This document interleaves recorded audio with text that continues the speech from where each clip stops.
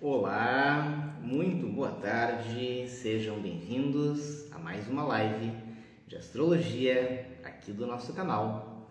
Hoje com mais uma edição do programa Mercúrio em Virgem, o programa onde eu explico detalhadamente os aspectos do mapa astral que tu me trouxeres e respondo às dúvidas sobre astrologia e sobre interpretação de mapa astral. E hoje no Mercúrio em Virgem nós temos enviadas para nós aqui algumas perguntas do pessoal que faz aula de astrologia, para variar, né? São os nossos grandes perguntadores oficiais que sempre nos abastecem com boas questões, e também de pessoal que nos acompanha aqui das lives e que interage, manda mensagens e as suas questões sobre interpretação de mapa astral. Então, são duas, na verdade, que vão acabar se desdobrando, tá? Nós vamos começar com a pergunta sobre os relacionamentos. Então, a questão é, os relacionamentos também são baseados em signos conforme quando eles iniciam? Então, essa é a primeira parte da primeira pergunta.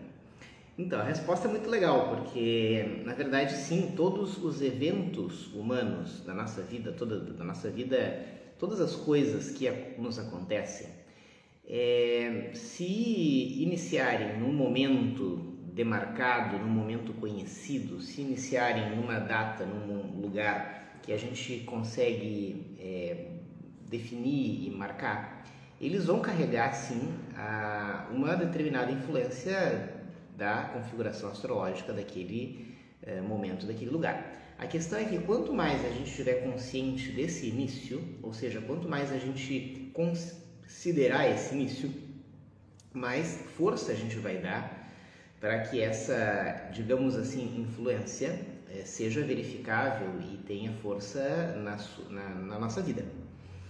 Então, no caso de um evento humano que envolve outras pessoas, né, como a maioria deles, por exemplo, o início de um relacionamento amoroso. A primeira parte da pergunta é se são baseados em signos. Sim.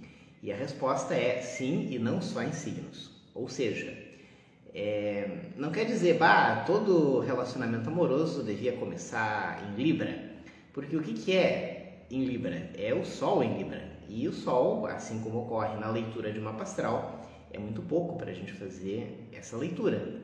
Porém, é o ponto de partida e ponto mais importante. Então, sim, um relacionamento que inicie com o Sol estando no signo de Libra vai puxar para si características librianas no geral. Mas a gente tem que ver o ascendente desse início, a gente tem que ver a Lua, a gente tem que ver a posição de Vênus, já que se trata de um relacionamento amoroso. Alguns planetas da configuração astrológica do momento de início serão mais relevantes do que outros. Então, por exemplo, Lua e Vênus, né, para relacionamentos amorosos, são sempre bastante relevantes. A questão é que não só o signo, mas todo o conjunto da configuração astrológica deve ser considerado para a gente entender quais energias estão sendo puxadas, por assim dizer, evocadas, canalizadas para aquele evento humano que está iniciando naquele momento. Então, no caso de um relacionamento amoroso, se a gente consegue calcular, né, eu sei que iniciou o ponto de início que dali para frente podemos dizer que existiu algo, né, a partir daquele momento. Então, se existe um momento que a gente tomou consciência de que aí começou para valer o relacionamento amoroso, estou dizendo isso porque cada caso é um caso. Às vezes se considera o primeiro beijo, o primeiro encontro, uma palavra dita, algum ato, um gesto de uma das pessoas envolvidas. Então, havendo esse momento conhecido e este tempo, este horário conhecido, se pode calcular toda a configuração astrológica e não apenas o signo, e sim todo o conjunto serão relevantes para nós entendermos quais influências da natureza estão presentes em todo o desenvolvimento daquele processo humano que iniciou ali. Entende? Então isso vale para qualquer processo humano, qualquer evento, qualquer tipo de evento, inclusive relacionamentos amorosos. Bom, tendo isso em vista, A pergunta segue, uma segunda parte. Se esses signos, né, ou se essas influências, elas mudam conforme o relacionamento avança. Por exemplo, teve um início, mas depois virou namoro, né? No meu tempo, quando eu era guri novo, começava com namoro. Hoje tem várias etapas iniciais e talvez elas possam evoluir até namoro, né? Coisas da modernidade. Mas vamos supor que tenha um momento em que o relacionamento evolui para algo sério, então aí evolui para namoro. Bom, se isso é demarcado também, tem um pedido, tem um passo dado com um momento definido, esse momento também vai ser considerado. Mas aí entra a pergunta, à medida que avança, essa configuração muda? Sim. Vamos pegar um outro tipo de avanço. Quando o namoro vira noivado e quando o noivado vira casamento. Se tem um novo início, sim. Se tem um novo mapa, sim. Se tem uma nova influência, sim. Então, o que antes funcionava sob determinado conjunto de influências, agora vai passar a funcionar debaixo de outro conjunto de influências. O conjunto anterior de influências permanece? Subjetivamente sim, mas passa a predominar a nova influência. Então, pegando em exemplos bem diretos e objetivos, tá namoro, beleza. Aí quando virou noivado, aquela influência inicial do namoro até perdura subjetivamente, mas o mapa do noivado passa a predominar. Então os dois passam a funcionar juntos, mas a influência passa a ser lida, verificada em conjunto, mas com o predomínio do mapa do noivado. E quando o noivado vira casamento? A mesma coisa. Passa a ter uma terceira influência, porém com predomínio evidente do mapa mais posterior, ou seja, do casamento. Com um resquício de influência dos dois primeiros nas entrelinhas do relacionamento. Então é assim que funciona e se vocês chegarem a avançar no relacionamento até o casamento, se preocupem mais com o casamento, porque vai ser aquele que depois do casamento eu não sei qual seria o avanço, né? Só pode retroceder, então se não tiver nenhum outro avanço nem retrocesso, esse vai ser o mais importante. Então deve ser o mais calculado ou preferentemente calculado, tá? Obviamente eu calculei o mapa do meu casamento, do meu noivado e do meu pedido de namoro. Por que será, né? Porque a gente sabe essas coisas para usar, né? E além disso, também deve-se considerar que esse mapa do casamento, por exemplo, e assim como todos os níveis do relacionamento amoroso, ele também vai sofrer todas as influências que qualquer mapa de nascimento sofre. Ou seja, tu pode fazer revolução solar a partir desse mapa de nascimento. Se tu tens um evento, uma empresa, um empreendimento humano que teve um início demarcado, todos os anos esse evento humano faz aniversário, então ele pode ter uma revolução solar sua também.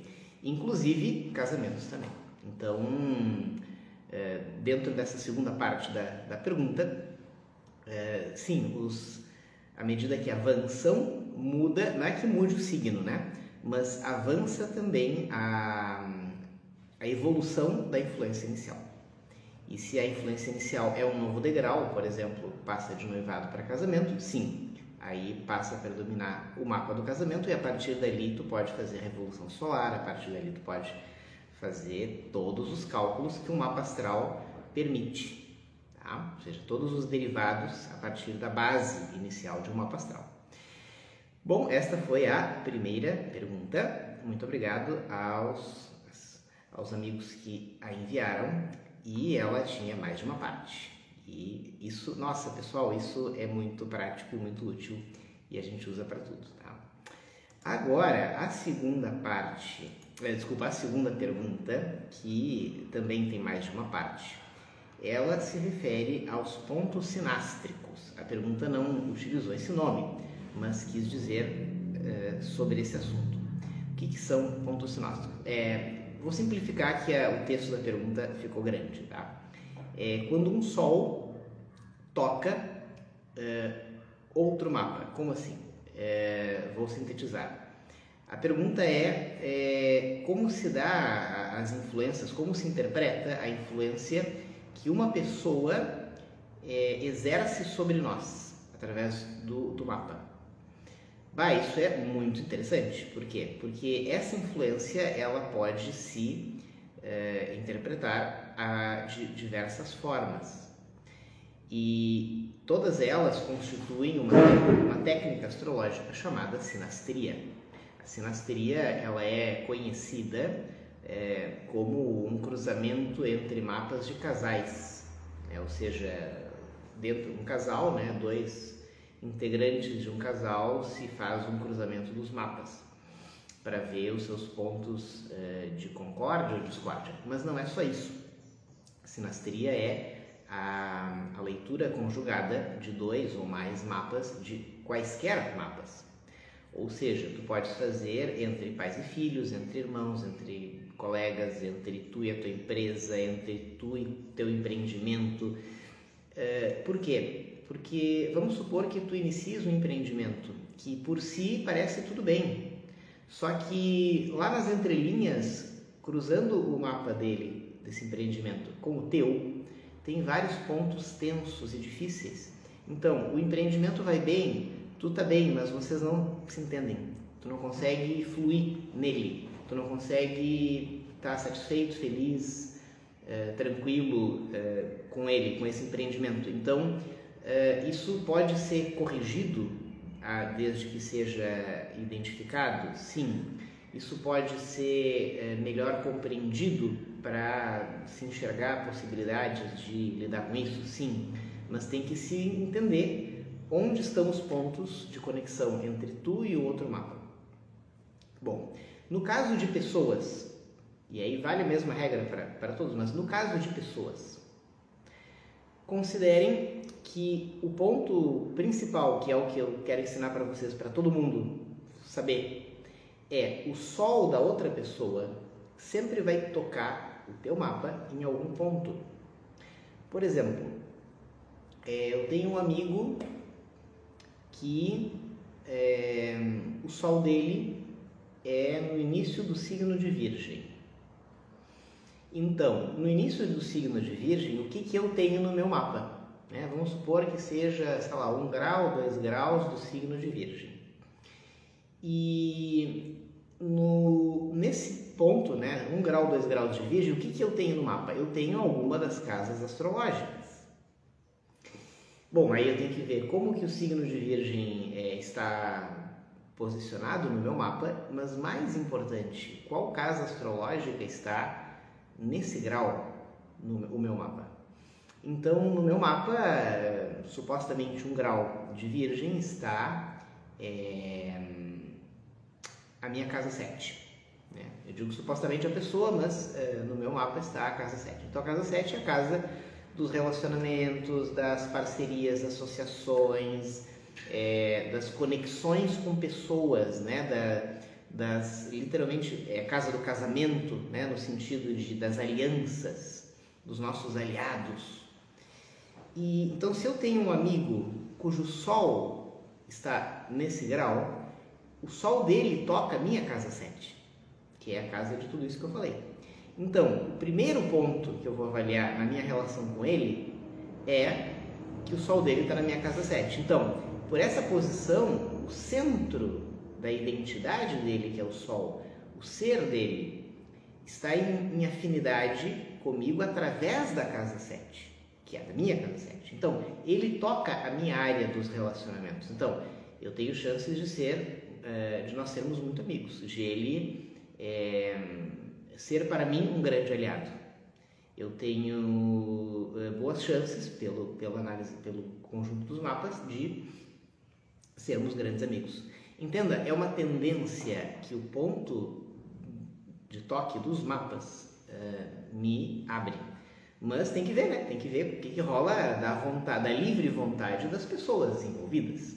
Mas os mapas abrem essas possibilidades e tendências. Outra coisa importante, não só o Sol, né? Mas também a Lua e os outros planetas. Vamos supor que, então, em termos de casa, tu tens o Sol do outro sempre tocando o teu mapa de alguma maneira. E isso vale não só para amigos, para colegas, para casais, para quaisquer pessoas. Por exemplo, normalmente eu faço mapa astral de famílias inteiras e às vezes uma mãe que faz muitas perguntas sobre os seus filhos e aí eu brindo ela na leitura dizendo: vamos ver onde que os teus filhos estão aqui no teu mapa? E aí eu vejo a posição do Sol. Entenda, é uma posição. Assim como o Sol não é tudo no mapa, esses pontos de conexão também não são toda a nossa relação com a pessoa, mas começa por ali. Então é interessante para a mãe entender qual casa, qual área da vida que cada um dos seus filhos está ativando no mapa dela. Além de ser muito belo, porque a mãe entende, nossa, então é meio que o papel que aquele filho está exercendo na vida dela. O Sol do filho está ativando uma determinada área da vida dela. E isso vale para a vida toda. Ou seja, é um ponto de conexão entre duas vidas humanas. Isso é muito belo. Então, nós enxergarmos isso, onde que os nossos filhos estão no nosso mapa, é muito legal. Da mesma forma, onde que os nossos pais estão. Às vezes eu faço um mapa astral de algum filho que tem problema com os pais. E a gente vai entender isso também. Vamos ver onde que os teus pais estão no teu mapa. Na verdade, é onde que o Sol deles toca o teu mapa. Então, vai ser numa área da vida. Então, aquela área da vida vai ser o ponto de entrada do pai ou da mãe na vida do filho. Então, isso é uma delícia fazer esses cálculos e associações, porque a gente abre um leque, né, para ajudar as pessoas a se entenderem melhor, a entenderem umas às outras e a, por consequência, se relacionarem melhor. Lembrando que um dos 3 eixos do meu trabalho é relacionar-se. Conhecer-se, relacionar-se e preparar-se. Então, relacionar-se inclui isso. Então, para completar essa pergunta, a pergunta então era que uma mãe tem um filho cujo Sol toca o ascendente da mãe. Bom, e aí eu expliquei, né, na leitura que esse filho vai ser um grande parceiro de ação. O ascendente é ação, né? O ascendente é como tu ages, é como tu colocas a tua energia para dar movimento às coisas. Então esse filho vai ser um grande parceiro de ação, de empreendimentos, vai ser um grande auxiliar para que as coisas da mãe ocorram, aconteçam. Então é interessante se conhecer esses pontos de conexão. Tudo isso está dentro da matéria astrológica da sinastria. Mas para fechar, essa pergunta ela também nos abre um leque maior, né? Porque eu peguei de exemplo apenas o Sol. Mas vamos entender que a Lua e os demais planetas, nesse caso em especial os planetas pessoais, porque são os planetas diretamente envolvidos com a lógica de funcionamento da personalidade da pessoa, em especial os planetas pessoais, devemos verificar também onde eles nos tocam. Então, Mercúrio é a comunicação, a mente, o funcionamento da mente e tal. Então, onde que o Mercúrio da pessoa nos toca? Vai nos ajudar a entender através de que área da minha vida que eu estou escutando a pessoa, que eu estou recebendo a comunicação que ela quer me dar, que eu estou assimilando o pensamento dela através de um filtro meu, né? E isso vale para Mercúrio, isso vale para Vênus, e isso vale para Marte. Então, em especial, Sol, Lua, Mercúrio, Vênus, Marte, a gente pode ver onde que nos tocam, né? Esses planetas do outro, onde nos tocam. Só que tem mais. Muitas vezes eles nos tocam numa área da vida, numa casa astrológica, mas também tocam planetas nossos. Olha que fantástico! Então, se, por exemplo, tu tens um toque, né, da Lua de um com Marte de outro, Marte é o deus da guerra, a Lua é o astral, Marte é um pouco da agressividade e a Lua é o nosso emocional mais básico, o nosso humor. Então, onde toca Lua e Marte, tanto de um quanto de outro, pode haver um ponto de irritação. Sabe aquela pessoa que só de existir já te irrita? Isso pode ser um ponto de toque da Lua de um com Marte de outro. Isso é muito sério. E a pessoa não sabe explicar, mas pensa na pessoa e tu já te irrita. É claro, é que a Lua, o Marte dela toca a tua Lua, a Lua dela toca o teu Marte. E bom, isso é contornável, né? Isso não é uma sentença de morte para a amizade, né? Mas é um ponto sensível que, se amadurecido, pode mudar de rumo, mas tem que estar conscientizado. Por isso que saber astrologia ajuda muito e qualifica todas as nossas relações humanas. Eu poderia dar muitos exemplos, pessoal, dos toques entre vários planetas e casas, mas eu queria apresentar nessa resposta um dos assuntos que é possível de se trabalhar na astrologia, que é as relações humanas em todos os seus âmbitos, para a gente entender por que cada pessoa nos afeta de um jeito. Aquela pessoa, só de eu chegar perto, me encanta. Aquela pessoa, só de chegar perto, já me deixa alegre. Aquela outra me irrita, só de olhar. Aquela outra me dá uma impressão pesada. E às vezes não é só a energia que a outra pessoa traz. Isso é do momento. Ou às vezes é a energia que ela tem como padrão, não fecha com a nossa. Isso também vale. Mas às vezes é a configuração astrológica de um, tem muitos pontos tensos com o outro e a gente não entende, não conhece, mas sente. Então, à medida que se entende e se conhece, se pode lidar com isso melhor. Então é o meu intuito para quem quiser aprender, ensinar a enxergar e lidar com esses pontos de conexão entre as personalidades.